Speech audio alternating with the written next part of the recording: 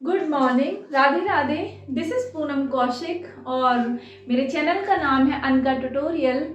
और आज मैं आपको हमारे मनोविज्ञान के एक छोटे से टॉपिक के बारे में बताने की कोशिश करूंगी, जिससे कि आपको UP TET, C TET, Haryana TET, H TET, R TET, जितने भी टेट हैं उन सब में आपको इस जानकारी से छोटी मोटी मदद जरूर मिलेगी, या इससे जुड़े हुए आसपास के जो भी टॉपिक होंगे उनको भी आप कवर कर पाएंगे। तो चलिए शुरू करते हैं।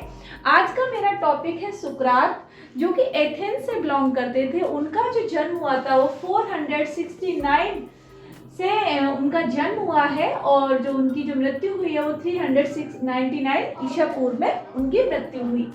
उनके जो पिता का नाम था वो स्रोफोनिकस था। सुकरात की बेसिकली हमें एक बात याद रखने के लिए बहुत ज़रूरी है कि उन्होंने ऐसा क्या काम किया कि जिससे कि बाल मनोविज्ञान के क्षेत्र में या मनोविज्ञान के क्षेत्र में हमारे जो विषय हैं, जो दार्शनिक विषय हैं, उनको समझने में कैसे सहयोग मिला।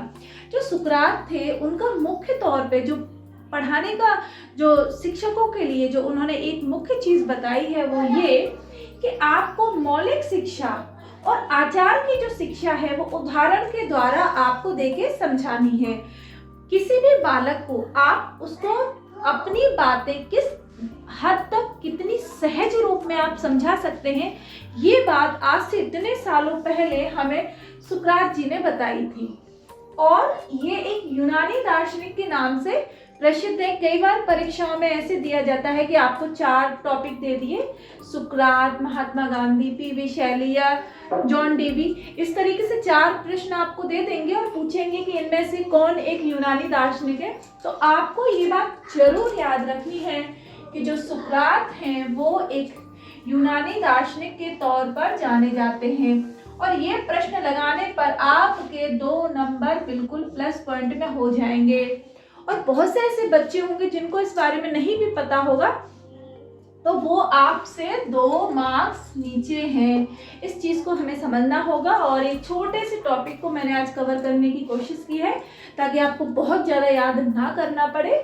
तो जो सुकरात है वो एथेंस से बिलोंग करते हैं, एक यूनानी दार्शनिक कहलाते हैं। उनका जन्म 469 से 369 ईसा पूर्व तक उनका जो समय है वो ये ड्यूरेशन है उनका काम करने का जो भी है।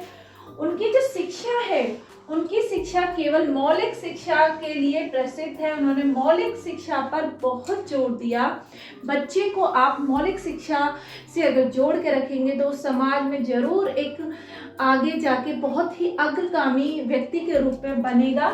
और आचार की जो शिक्षा है वो आपको एक बालक को उदाहरण देके समझानी है। तो ये आपके 2 टॉपिक मोस्ट इम्पोर्टेंट हैं सुकरात में, कि एक तो उनकी जो शिक्षा है वो मौलिक शिक्षा है, और दूसरी उनकी जो शिक्षा उन्होंने देने की बात कही है वो आचार की जो शिक्षा है, आचार से की जो शिक्षा है वो उदाहरण के द्वारा बच्चों को समझाने की कोशिश की गई है। So thank you today's class के लिए। कल के हम अगले टॉपिक में आगे और सीखने का प्रयास करेंगे। Bye bye.